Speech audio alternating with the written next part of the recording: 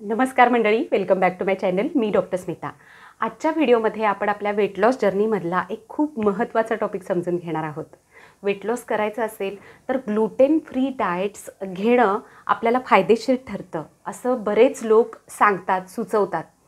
तर याबद्दलच आपण आजच्या व्हिडिओमध्ये शास्त्रीय पद्धतीने सगळ्या गोष्टी समजून घेणार आहोत. ग्लुटेन म्हणजे नेमकं काय, त्याचे आपल्या शरीराला फायदे कुठले कुठले असतात, तोटे कुठले कुठले असतात आणि वेट लॉसमध्ये त्याचा काय इम्पॉर्टन्स आहे. आहारातून ग्लुटेन काढून टाकण्याची गरज कधी असते, कोणाला असते, ग्लुटेन फ्री धान्य कुठलं कुठलं आहे आणि या सगळ्या गोष्टी लक्षात ठेवून याचा सुवर्णमध्य काढून वेट लॉसमध्ये आपल्याला त्याचा कशा प्रकारे फायदा करून घेता येतो, या गोष्टी आपण आजच्या व्हिडिओमध्ये अगदी सोप्या भाषेत समजून घेणार आहोत. त्यामुळे तुम्हाला सुद्धा जर ग्लुटेनबद्दल जास्त माहिती हवी असेल, तुम्ही सुद्धा जर ग्लुटेन फ्री डाएट घेण्याचा विचार करत असाल किंवा वेट लॉस जर्नीवर तुमच्या असाल, ओव्हरवेट असाल, तर आजचा व्हिडिओ तुमच्यासाठी खूप युजफुल आणि खूप इन्फॉर्मेटिव्ह असा होणार आहे. नेहमीप्रमाणे या सगळ्या गोष्टी आपण सायंटिफिक वेमध्ये समजून घेणार आहोत. त्यामुळे नक्की हा व्हिडिओ शेवटपर्यंत पाहत राहा. चला तर मग सुरुवात करूयात आपण आजच्या व्हिडिओला. सगळ्यात आधी समजून घेऊयात ग्लुटेन म्हणजे नेमकं काय. तर ग्लुटेन हे एक प्रोटीन आहे जे आपल्याला प्रामुख्याने आढळून येतं गहू, बार्ली किंवा राई यासारख्या धान्यांमध्ये. आणि हा जो घटक आहे त्यामुळं पदार्थ सॉफ्ट व्हायला मदत होते, मऊसूत व्हायला मदत होते, त्याला एक छान प्रकारचं बाइंडिंग येतं आणि आपण या धान्यांचे किंवा गव्हाचे जे पदार्थ बनवतो त्याला येणारं जे स्ट्रेची स्ट्रक्चर आहे, म्हणजे त्याच्यामध्ये येणारा जो चिकटपणा आहे, स्टिकीनेस आहे, तो या ग्लुटेनमुळे आहे. पदार्थाला एक छान बाइंडिंग त्यामुळे आपल्याला मिळत असतं. गहू हे आपलं स्टॅपल फूड आहे, म्हणजे गहू आपल्या आहारामधलं एक प्रमुख धान्य आहे. गव्हापासून बनणारे अनेक पदार्थ आपण आपल्या रोजच्या आहारामध्ये घेत असतो. चपाती, पोळी, खाकरा, उपमा, शिरा, ब्रेड, बिस्किटं, खारी, टोस्ट यासारखे अनेक पदार्थ गव्हापासून बनलेले आपण आपल्या आहारामध्ये नियमितपणे घेत असतो, वरचेवर घेत असतो. आता ग्लुटेन फ्री डाएट म्हणजे गव्हाचा ज्यामध्ये वापर केलेला आहे, बार्ली किंवा राई या पदार्थांचा ज्यामध्ये वापर केलेला आहे असे पदार्थ आहारामध्ये न घेणे.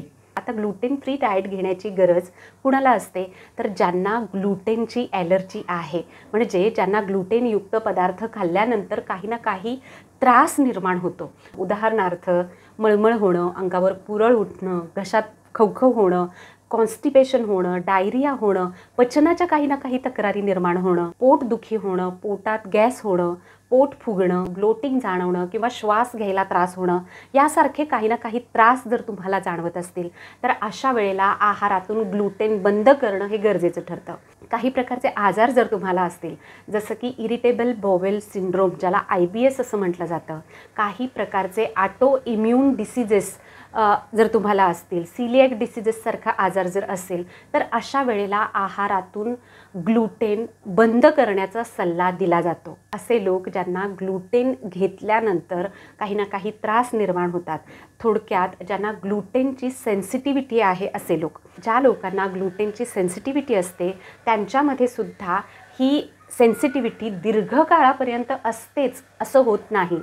ही बऱ्याचदा तात्पुरतीसुद्धा असते, म्हणजे काही काळ तुम्ही ग्लुटेन घेणं बंद केल्यानंतर ही सेन्सिटिव्हिटी गेलेलीसुद्धा आपल्याला बऱ्याच केसेसमध्ये दिसून येतं. जी व्यक्ती आजपर्यंत ग्लुटेन आपल्या आहारामध्ये घेत आलेली आहे आणि त्याला त्याचा कुठल्याही प्रकारचा त्रास झालेला नाही, जाणवलेला नाही, अशा व्यक्तीने विनाकारण ग्लुटेन आपल्या आहारामधून पूर्ण बंद करणं म्हणजेच ग्लुटेन फ्री डाएट घेणं हा शुद्ध वेडेपणा आहे. यामागे कुठलंही लॉजिक नाही.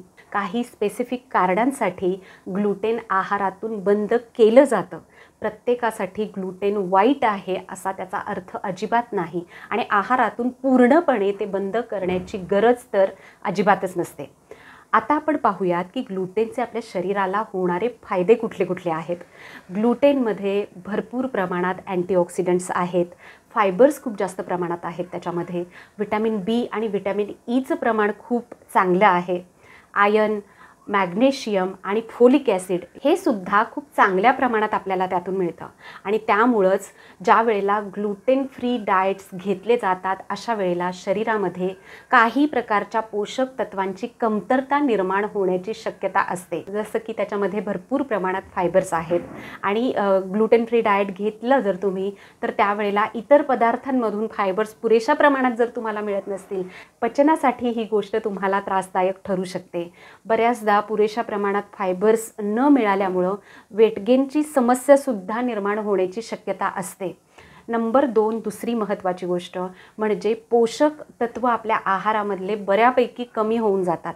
संपूर्णपणे ग्लुटेन ज्या वेळेला आपण बंद करतो आपल्या आहारातून, अशा वेळेला आता जे आपण पोषक घटक पाहिले त्या पोषक घटकांची आपल्या शरीरामध्ये कमतरता निर्माण होण्याची शक्यता असते.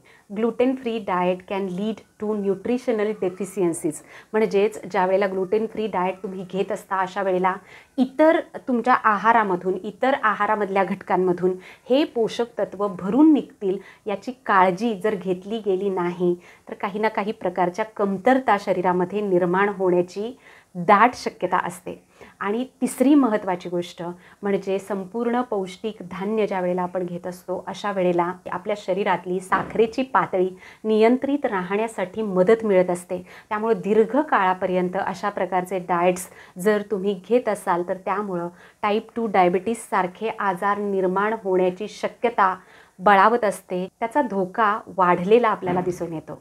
आता ज्या वेळेला आपण वेट लॉसच्या दृष्टीने याचा विचार करतो त्यावेळेला ग्लुटेन आपल्या आहारातून पूर्णपणे बंद करण्याऐवजी त्याचं प्रमाण थोडंसं कमी करणं हे आपल्याला फायदेशीर ठरू शकतं. खूप जास्त प्रमाणात आपल्याला याचे चांगले रिझल्ट्स पाहायला मिळतात. म्हणजे जर तुम्ही तुमच्या रोजच्या जेवणात 2 चपाती किंवा 3 किंवा 4 फुलके घेत असाल तर तुम्ही याचं प्रमाण कमी केलं किंवा निम्म्यावर आणलं तर तुम्हाला तुमच्या वेट लॉसमध्ये त्याचे चांगले रिझल्ट्स दिसून येतात. ग्लुटेन फ्री धान्याचा वापरसुद्धा आपण आपल्या आहारामधला वाढवू शकतो. आता ग्लुटेन फ्री धान्य कुठले कुठले आहेत तर ज्वारी, बाजरी, नाचणी किंवा तांदूळ यासारखी जी धान्य आहेत त्यांचा आपल्या आहारामधला वापर किंवा त्यांचं प्रमाण आपण थोडंसं वाढवून मग ग्लुटेनचं प्रमाण थोडंसं कमी केलं तर ही गोष्ट आपल्याला आपल्या वेट लॉसमध्ये नक्कीच फायदेशीर ठरते. त्यामुळं आपल्याला आपले एनर्जी लेवल्ससुद्धा चांगले राहिलेले दिसून येतात. आपल्याला ब्लोटिंग थोडंसं कमी झालेलं दिसून येतं आणि वेट लॉसमध्ये सुद्धा याचा खूप छान फायदा आपल्याला दिसून येतो. जसं आपण मघाशी बोललो की गहू हे आपलं स्टेपल फूड आहे. आपण आपल्या आहारामध्ये जी धान्य घेतो त्यापैकी एक प्रमुख धान्य आहे. त्यामुळं तसंच आणि तितकंच महत्त्वाचं काही स्पेसिफिक कारण, स्पेसिफिक त्रास जर तुम्हाला त्यापासून नसेल तर ग्लुटेन आपल्या आहारातून पूर्णपणे बंद करण्याची गरज अजिबात नसते. बऱ्याच वेळेला सोशल मीडियामध्ये ही गोष्ट प्रमोट केली जाते. सोशल मीडियाच्या प्रभावामुळं किंवा काही वेळेला चुकीच्या काही मार्केटिंग टेक्निक्समुळं बरेच लोक अशा प्रकारच्या काही ट्रेंड्सना बळी पडतात. गहू हे आपलं स्टेपल फूड आहे. आपल्या आहारामध्ये आपण जी प्रमुख धान्य घेतो त्यापैकी एक धान्य आहे आणि ज्याची आपल्या शरीराला सवय आहे, जे आपण आजपर्यंत खात आलेलो आहोत अशा पदार्थांमधून पोषक तत्व ॲब्झॉर्ब करणं हे आपल्या शरीराला सोपं जात असतं. त्यामुळं विनाकारण किनोवा किंवा यासारखे इतर काही पदार्थ आहेत ज्याची आपल्या शरीराला फारशी सवय नाही आहे अशा पदार्थांवर शिफ्ट होणं गरज नसताना आपण ही गोष्ट टाळायला हवी. सो जर तुम्ही ग्लुटेन फ्री डाएट घेणार असाल तर केअरफुली या सगळ्या गोष्टी लक्षात ठेवणं खूप गरजेचं आहे. So that's all for today. I hope हा व्हिडिओ तुम्हाला हेल्पफुल ठरला असेल. यासारखेच वेगवेगळ्या विषयांवरचे व्हिडिओज घेऊन मी दर आठवड्याला येत असते. ही सगळी माहिती मी सायंटिफिक वेमध्ये तुमच्यासमोर ठेवत असते. त्यामुळे जर तुम्हाला अशा वेगवेगळ्या विषयांमध्ये इंटरेस्ट असेल तर नक्की चॅनलला सबस्क्राईब करा. चॅनल सबस्क्राईब केलं असेल तर खाली दिलेल्या बेल आयकॉनला प्रेस करा, जेणेकरून मी व्हिडिओ अपलोड केल्यानंतर तुम्हाला त्याचं नोटिफिकेशन मिळेल आणि तुमचा कुठलाही व्हिडिओ मिस होणार नाही. व्हिडिओ आवडला असेल तर नक्की लाईक करा, शेअर करा आणि चॅनलला सबस्क्राईब करा. So thank you very much. पुन्हा भेटूया पुढच्या व्हिडिओमध्ये.